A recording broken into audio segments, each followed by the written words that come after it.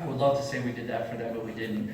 We're actually working with another company in the entertainment industry that's trying to do something similar. They actually operate a chain of trampoline parks, and what they're doing is putting IP cameras in the trampoline parks with proximity RFID readers near them, and they're going to issue all the patrons in the trampoline parks an RFID bracelet, so I can go in the trampoline park and jump around, and then when I'm done jumping, I can go to a kiosk in the park and scan my RFID bracelet, and up will come a whole set of video segments that I've been metadata tagged as being in those segments because the RFID reader picked up on it while it was recording the video, and I can watch myself embarrassing myself basically at a trampoline park as much as I like. So just an example again, and they have about 200 locations across the US and North America, and all these projects need to get done usually in a couple months time frame. So it's very much multiple teams going out, doing it at the same time, setting up a standard and then executing.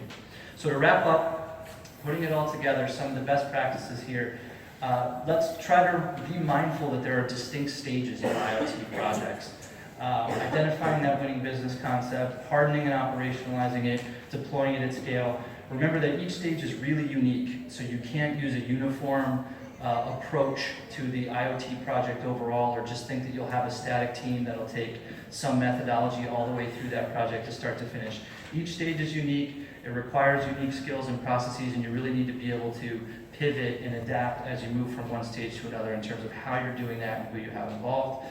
Know your organization's strengths and weaknesses. So are we in an organization that's really good at prototyping? If not, there's companies that do just that. There's a company called Frog Design in San Francisco that actually helped Disney with that Magic Band project.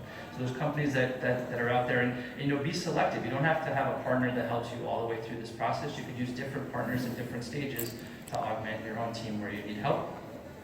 And above all, make a business impact. IoT is not a technology exercise. We get very overwhelmed or entranced with the technology. There's so much technology involved in IoT.